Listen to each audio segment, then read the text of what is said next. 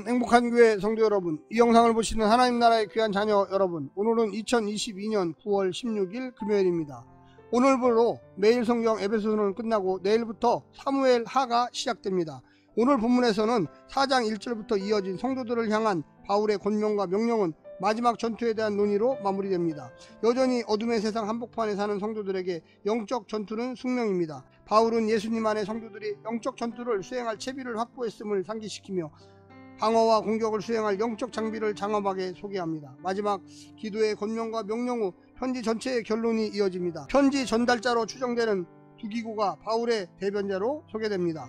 오늘 본문을 나누어 보겠습니다. 6장 10절부터 20절 마지막 권면 영적 전투, 전신갑주를 입으라, 전신갑주의 종류, 기도에 힘쓰라. 21절부터 24절 마지막 인사, 두기고 파송 축복. 오늘 본문 에베소서 6장 10절부터 24절을 듣고 다시 오겠습니다.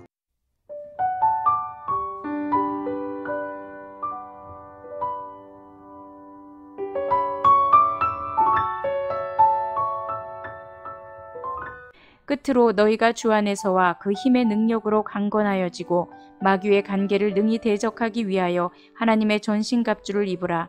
우리의 씨름은 혈과 육을 상대하는 것이 아니요 통치자들과 권세들과 이 어둠의 세상 주관자들과 하늘에 있는 악의 영들을 상대함이라. 그러므로 하나님의 전신갑주를 취하라.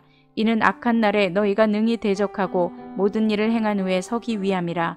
그런즉 서서 진리로 너희 허리띠를 띠고 의에 호심경을 붙이고 평안의 복음이 준비한 것으로 신을 신고 모든 것 위에 믿음의 방패를 가지고 이로써 능히 악한 자의 모든 불화살을 소멸하고 구원의 투구와 성령의 검 곧 하나님의 말씀을 가지라.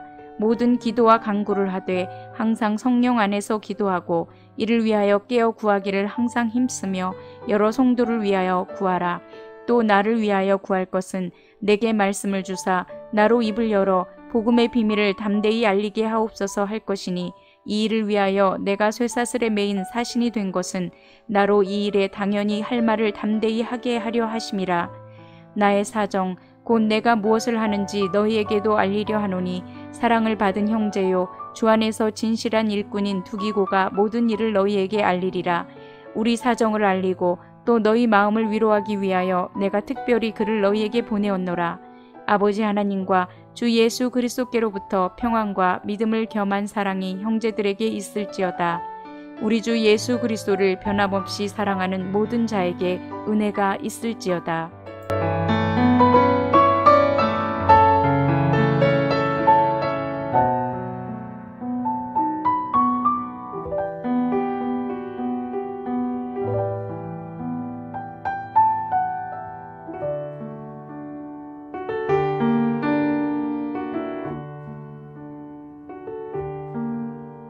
앞서 소개되었던 다양한 주제들이 영적 전투라는 모티브 속에 섬세하고 강렬하게 새겨집니다. 1세기 로마 군대가 수행했던 전투 이미지를 자세히 설명함으로써 실제 전투에 참여하는 무장 병사들이 느꼈던 그 마음을 성도들에게 알려주고 있습니다. 바울은 전투를 지휘하는 장교처럼 성도들의 사기를 붙었습니다. 물론 그는 지금 물리적으로 투옥 중에 있지만 여전히 치열한 전장의 일선에서 fun투하고 있습니다. 바울이 마지막으로 강조한 성도와 교회의 정체성, 그것은 바로 영적 전투를 수행하는 하나님의 군대입니다. 그들은 예수 안에서 성령의 능력으로 평안과 은혜 가운데 복음의 위대한 사역에 참전하고 있는 하나님의 사랑받는 자녀들입니다.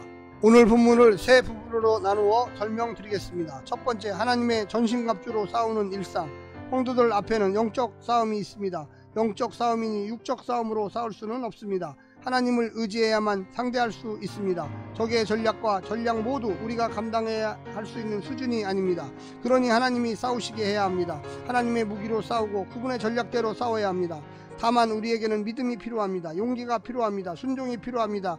하나님의 실력을 알고 신뢰하는 것이 필요합니다. 공동체가 하나 되어 싸워야 하고 혼자 자신에게 정직해져야 합니다.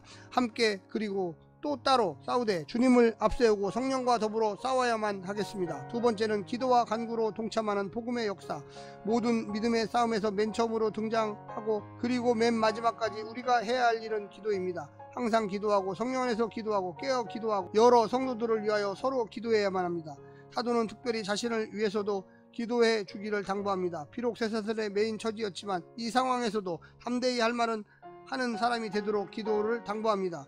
기도 없이 이길 수 있는 싸움 없고 기도 없이 영적 싸움을 잘 해낼 만큼 능력 있는 사람도 없습니다. 세 번째, 마지막으로 편지와 일꾼을 통해 이루는 사도의 목양.